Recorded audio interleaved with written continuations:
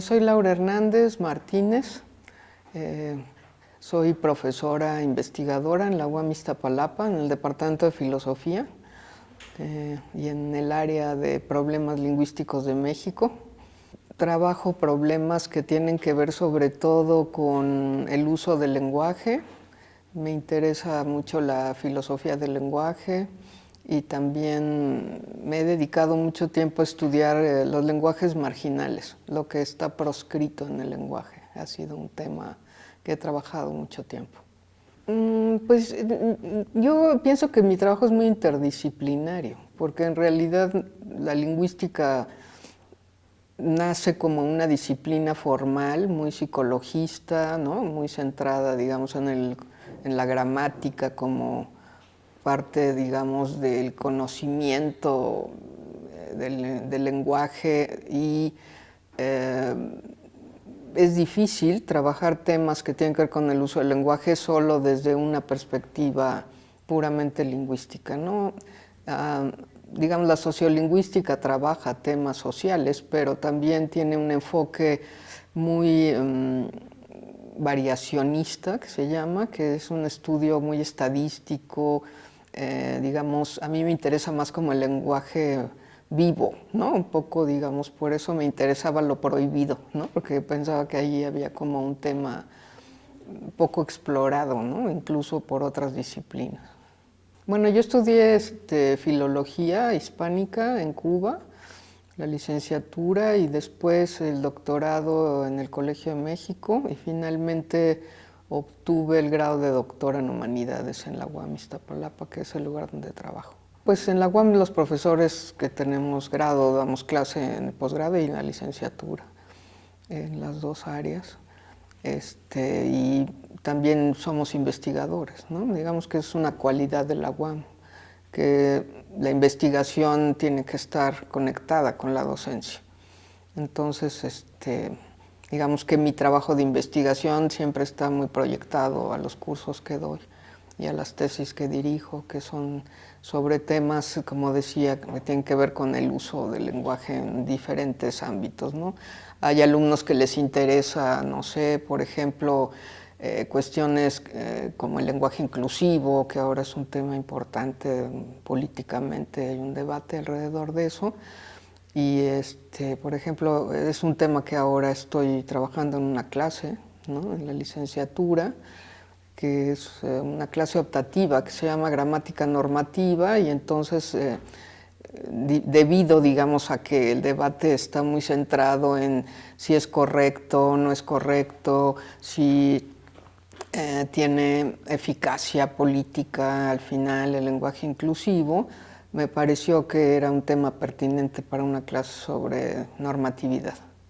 Bueno, creo que hay mucha confusión, ¿no? En el sentido, digamos, de algo que me parece importante. O sea, normalmente se acude a los lingüistas, ¿no? Para ver, digamos, qué opinan sobre eso, ¿no? Y entonces los lingüistas tienen argumentos normalmente que tienen que ver con la gramaticalidad de ese uso, si sobre todo la E, ¿no? Que es un morfema, entonces es extraño, digamos que normalmente la expresión política se ha dado en el léxico, ¿no? En, digamos, la como recreación de nuevos términos, la recreación de viejos términos o la creación de nuevos, ¿no?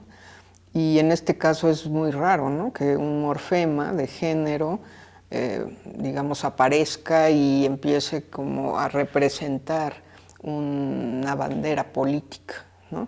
De una lucha que además está ligada a un terreno que antes no era un terreno claramente político, ¿no? Que era como, digamos, la defensa de la libertad de elección sobre el género, la sexualidad, etcétera, ¿no? Que son temas como, pues, del siglo XXI, yo diría, ¿no? Que antes no estaban en el centro de la política. Los lingüistas normalmente se centran en una discusión de la corrección, ¿no? Entonces, en ese sentido,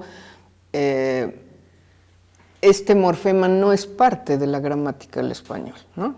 es un morfema que se instaura como una bandera política. Entonces, los argumentos de incorrección pueden ir en varias pistas, digamos, ¿no?, polémicas. Una es la más conservadora, es como tú no puedes hacer eso porque es un atentado, digamos, contra el español, ¿no?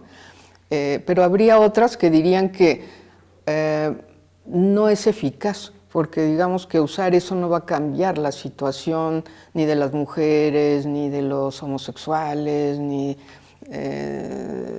movimiento LGBT, o sea, digamos, no es algo que tenga eficacia para transformar una situación, ¿no?, de discriminación, de opresión, etcétera, ¿no? Y ya en un caso extremo, incluso pues el crimen, ¿no?, contra mujeres o transexuales, etcétera. Creo que ahí lo que pasa es que ese, digamos, argumento de la falta de eficacia no es que sea equivocado, pero me parece que no se plantea el uso de ese morfema pensando en esa eficacia, ¿no? Entonces, yo por eso tengo la impresión de que sería mejor intentar entender el fenómeno, ¿no?, y en ese sentido verlo como una expresión política que es inédita en el sentido en que nunca ha tomado ningún movimiento político como bandera un morfema de género, ¿no?, que, o sea, meterse con la gramática, ¿no?, pero ese carácter inédito es lo que hace que sea interesante reformular la relación entre el lenguaje y la política, ¿no? O sea, digamos que creo que a lo mejor sería útil diferenciar la política, ¿no?, que tiene un discurso, una retórica, una expresión argumentativa, etcétera, a lo que sería el uso simbólico del lenguaje, ¿no?, como una, digamos, para mí la es como un emblema, ¿no?, o sea, en el sentido que representa un movimiento político, pero ese movimiento político no está esperando que el uso de ese morfema cambie la situación, sino que se haga visible el movimiento, ¿no? Es, como digo, una cuestión inédita, nunca ha sucedido, pero me parece que si discutimos en el plano de la corrección gramatical, pues es como estar dando vueltas ahí en un círculo, ¿no?, porque no nos va a llevar a nada. Ya sabemos que eso no es parte de la gramática, ¿no?, y sabemos que es una transgresión, digamos, pero no es porque la gente no sepa español, o sea, es porque es una manera de intervenir, ¿no?, el lenguaje.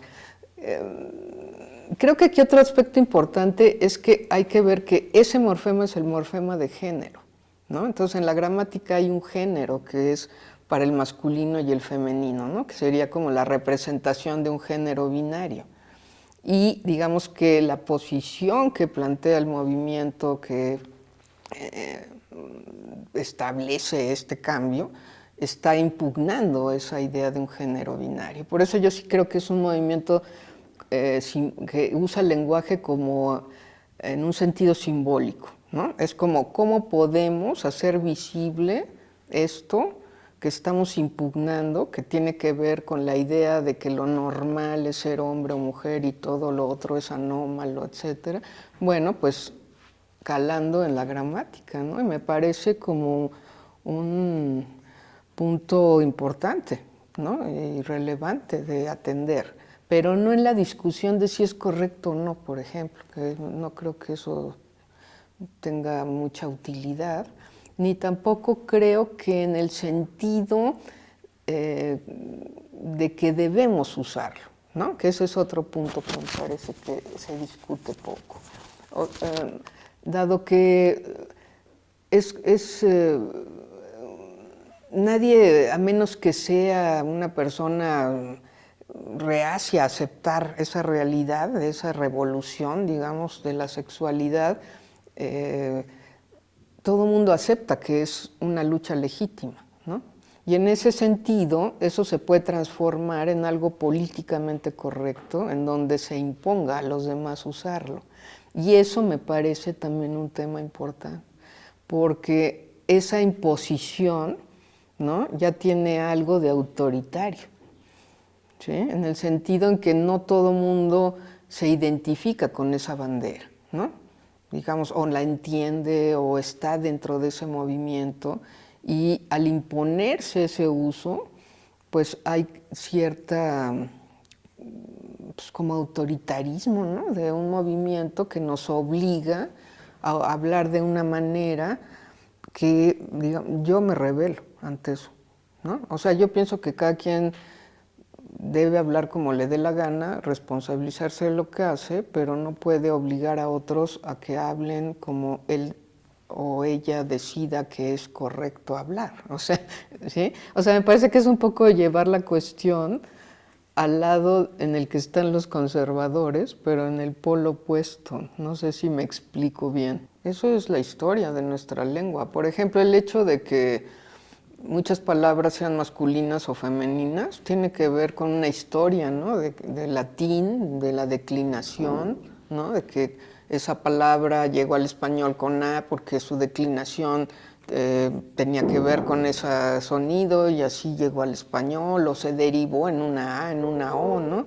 O sea, por ejemplo, palabras en latín que terminan con num, en español quedaron con no, pero no tenía que ver como con una idea patriarcal. Es como algo, vamos a decir, que pasa en las lenguas, ¿no?, que es fortuito, que es como, bueno, así se dio la derivación, ¿no?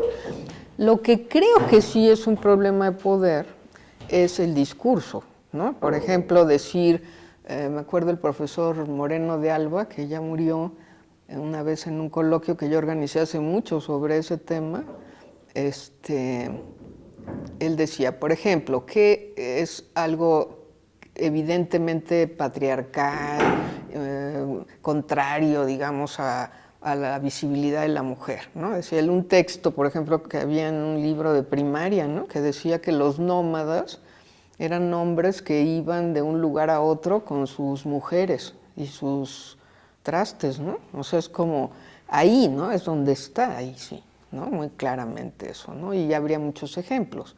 Pero digamos que el hecho de que una palabra sea masculino o femenino no lo estableció nadie. O sea, eso es una cuestión que tiene que ver con la historia de la lengua, que no la determina nadie en particular, ¿no? Que sí tiene que ver con condiciones históricas, eso es cierto. Por ejemplo, no sé, que el árabe haya sido una lengua cultural en España, que tuvo que ver con una importancia, digamos, política, económica, etcétera, pues claro que hace que la lengua tenga rasgos, ¿no?, del árabe, por ejemplo, siempre, y es interesante, por ejemplo, en el franquismo no se quería aceptar que el árabe tuviera influencia, excepto en palabras de objetos, ¿no?, como almohada o alhaja, ¿no? Sin embargo, hay estudios que revelan que, por ejemplo, la aspiración de la F inicial del latín, ¿no?, que es esta H que nos quedó como letra muda, que en algún momento era una aspirada, tenga un origen árabe, ¿no? Pero para los franquistas eso era imposible, ¿no?, de aceptar, porque eso ya era como que algo que incide en la historia de la gramática. Pero, por ejemplo, el hecho de que esa aspiración desapareciera no fue decisión de ninguna persona, es un proceso, ¿no?, que también tendrá que ver con otras condiciones que cambian, quizá cuando ya el mundo árabe no es relevante, ¿no?, se pierde como la familiaridad con los sonidos aspirados, que son muy importantes en el árabe, ¿no? Entonces, creo que esos son los aspectos donde hay que estar atentos a una manipulación del lenguaje, ¿no? O sea, la manera en que te expresas, ¿sí? Pero, por ejemplo, que el genérico sea masculino, ¿no?, también ha llevado a posiciones conservadoras, ¿no? En España, por ejemplo, hay manuales en las universidades que te obligan a escribir desdoblando, o sea, tienes que decir los alumnos y las alumnas, si no hay sanciones. Y, por ejemplo, la Academia de la Lengua se ha rebelado ante eso, porque el director de la Academia de la Lengua es un lingüista que es chomskiano, o sea, no es un viejito reaccionario, ¿no?, digamos, que está ahí como defendiendo cosas arcaicas.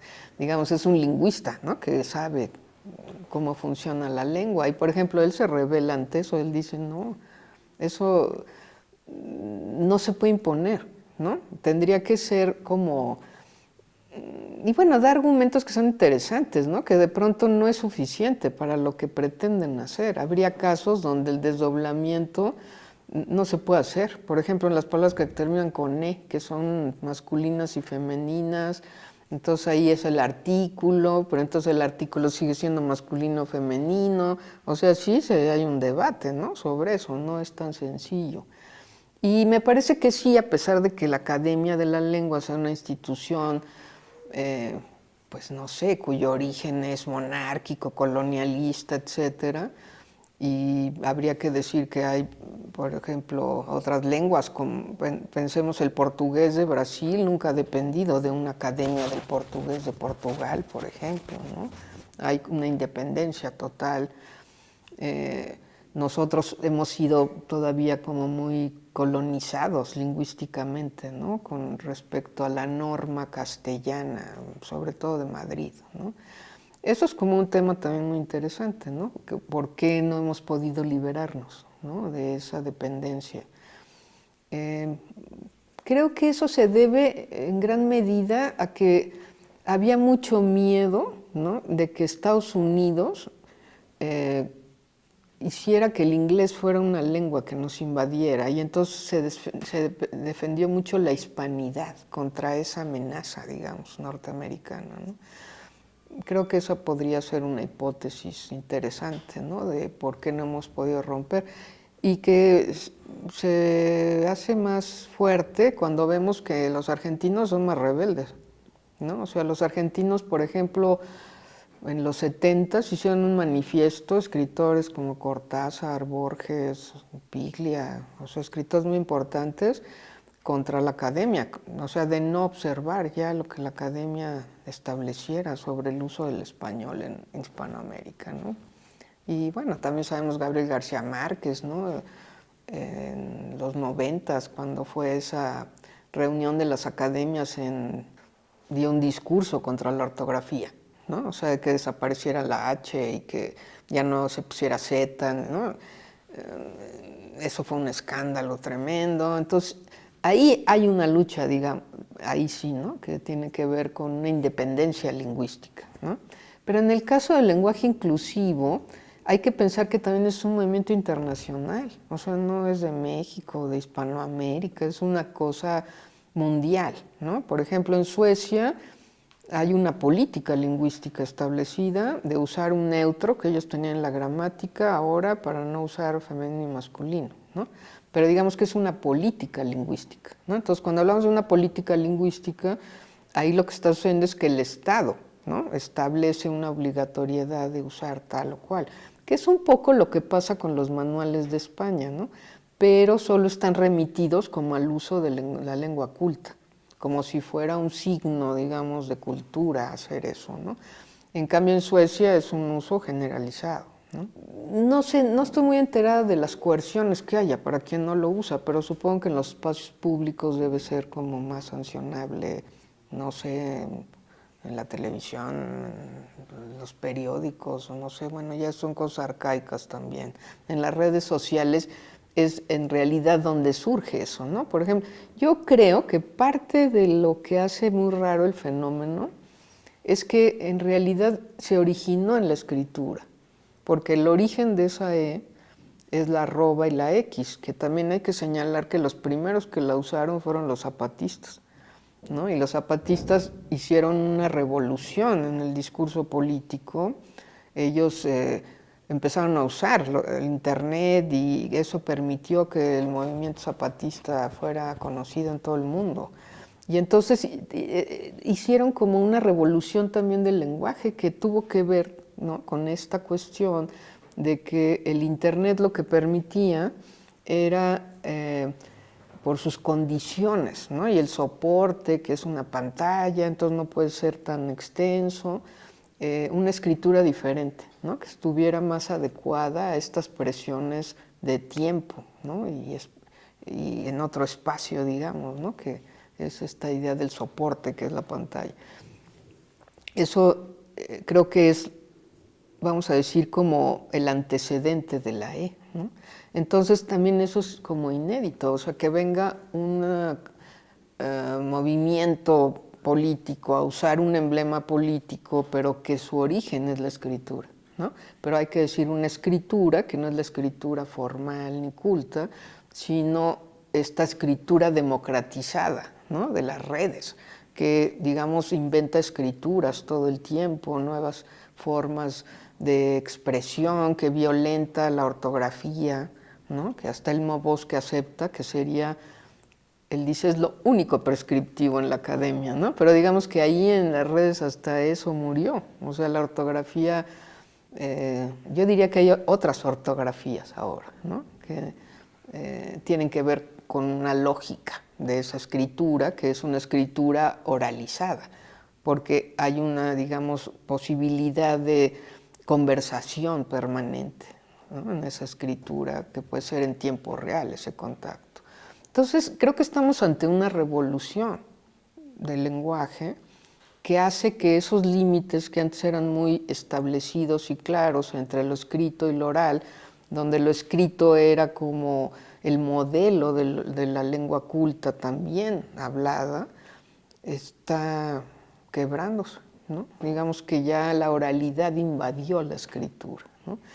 Y en ese sentido, eso explica que la arroba y la X, que no se podían pronunciar en la lengua hablada, tuvieran que buscar algo que sí fuera pronunciable, ¿no? Y entonces ahí entró la E. Yo pienso que entrar por ese lado, de aceptar eso, de que no podemos analizar cuestiones inéditas que tienen que ver con esta situación cultural, histórica, que además cambia constantemente a velocidades tremendas, y que creo que pues, a la gente de mi generación y otros que somos no tan viejos como yo, pero que son viejos, ¿no? Que no vivieron como esta revolución de jóvenes, es muy difícil entenderlo, ¿no? Quiero que también representa un quiebre generacional, ¿no? De nuestra idea de lo político, de la manera de usar el lenguaje como para la revuelta, digamos, ¿no? Es algo que a mí me parece que es mejor, por eso no tomar posición, sino tratar de entenderlo. Al menos, bueno, quizá porque yo ya soy persona mayor, sí me interesa entenderlo, ¿no? Para, digamos, los jóvenes es algo muy natural, ¿no? Pero tiene que ver, creo, con una forma de vida en donde ese espacio cibernético es el centro de la vida. Y nosotros entramos medio como a marchas forzadas en eso, ¿no? Pero luego juzgamos eso. Y creo que juzgar o imponer no me parece que sea muy bueno, ¿no? Para entender, como que ya te cierras, porque tú ya tienes una posición y tú piensas que eso está mal, que es una estupidez, que no sirve, que por qué hablan así, no sé qué, pues entonces nunca vas a tratar de entender por qué surgió, porque no puedes negar que eso está en el centro de un debate político actual, ¿no?